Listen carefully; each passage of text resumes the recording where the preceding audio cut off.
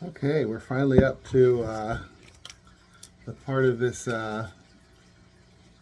book where Marx lays out his concept of species being, which is a transformation of Hegel's concept of what people are as a species, human beings.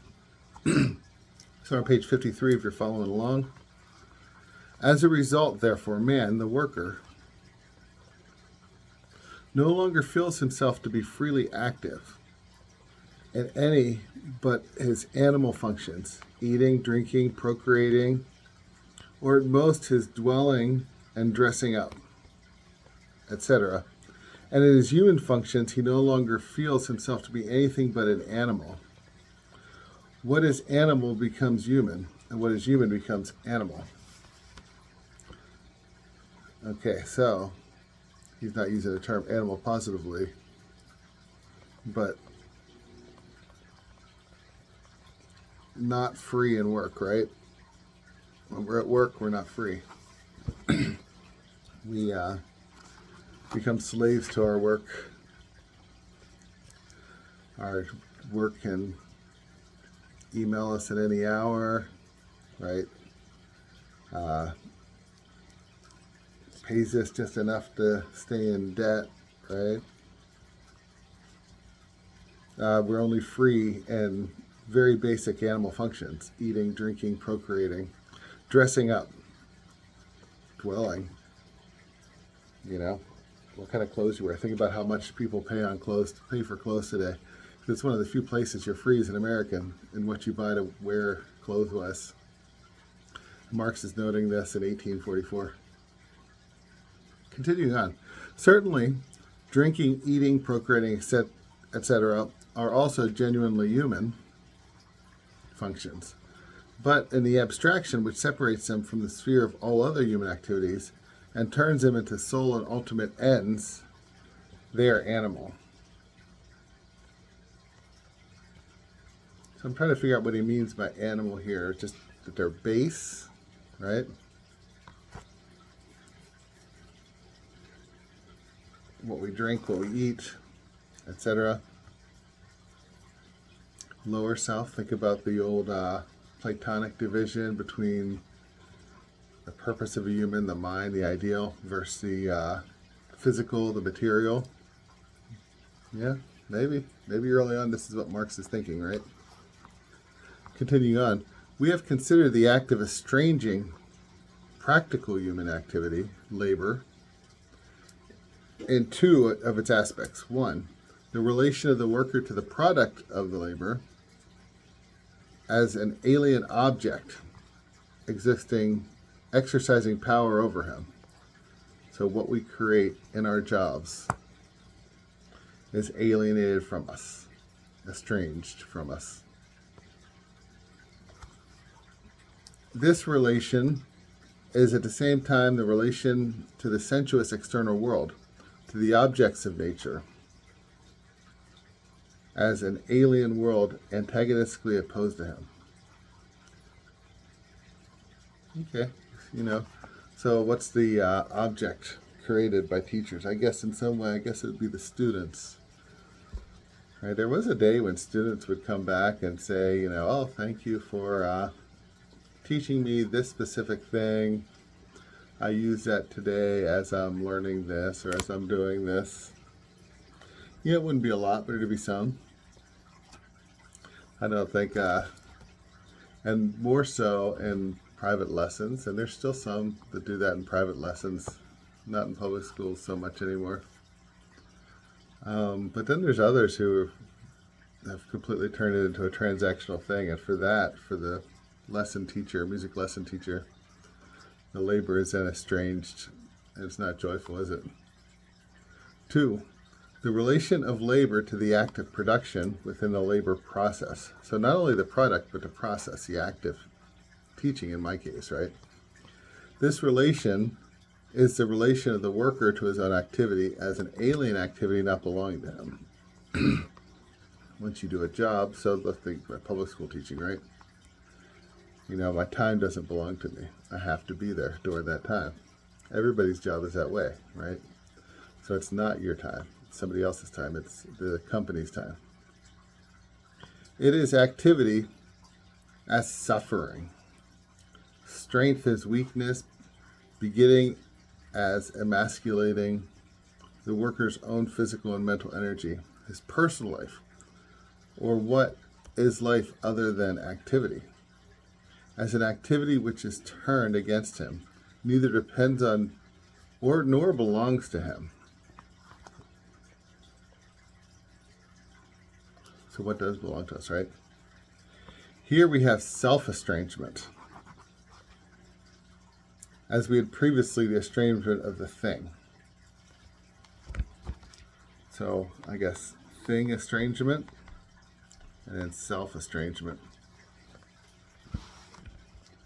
We have yet a third aspect of estranged labor to deduce from the two already considered.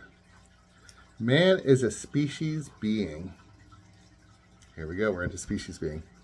Not only because in practice and in theory he adopts the species as his object, his own as well as other things, but, and this is only another way of expressing it, but also because he treats himself as the actual living species, because he treats himself as a universal, and therefore as a free being. We hear people talk all the time in universals, right? You know, we say, prison is bad, right? As if it's always bad, right? School is a church, right? As if it's always some doctrinal thing, fundamental. Continuing on. The life of the species, both in man and in animals, consists physically in the fact that man, like an animal, lives on inorganic nature. And the more universal man is compared to an animal, the more universal is the sphere of inorganic nature on which he lives.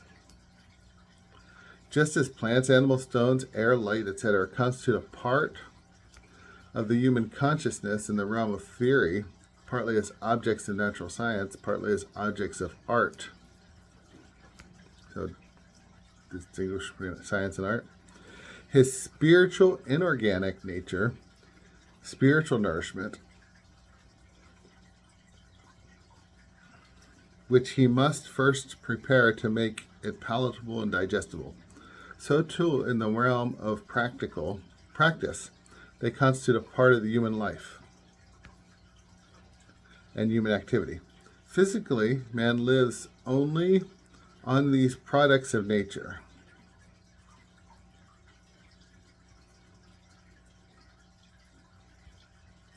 Whether they appear in the form of food, heating, clothes, a dwelling, or whether it may be. The universality of man is in practice manifested precisely in the universality which he makes all nature his inorganic body, so a spiritual body.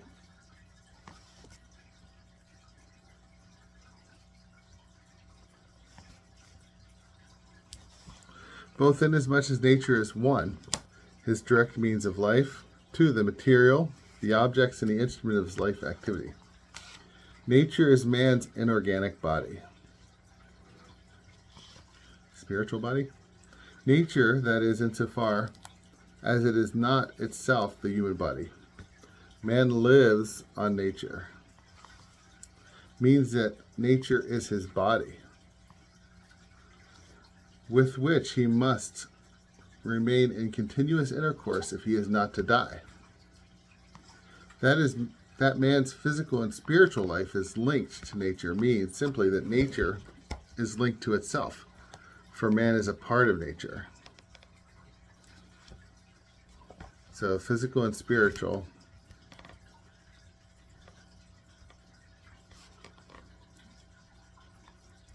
are not separate, right? Are linked. But even bigger than linked, right? Because man is a part of nature. In estranging man from one nature and to himself, his own active functions, his life activity. Estranged labor estranges a species from man. There we go. I should say that again, right? Estranged labor, so when our work is estranged from us, estranges the species from man. So estranges what it means to be a person that is creative, right? From ourselves. It turns for him the life of the species into a means of individual life. There we go. The rampant individualism today. First, it estranges life from the species from the individual life. And second, it makes individual life in its abstract form the purpose of the life of the species. Likewise, in its abstract and estranged form. The separated, abstracted man just by himself, or woman, right? Working, deserving their pay. So many people not even getting married, staying alone, not having children. So it used to be a big thing in Japan. I don't know if it still is, right? Where people live sad, lonely lives, depressed, no family. And that's made its way to the United States. There's a lot of people who do that. And I think that's what Karl Marx is getting at with his concept of species being here. Maybe. Have a blessed day.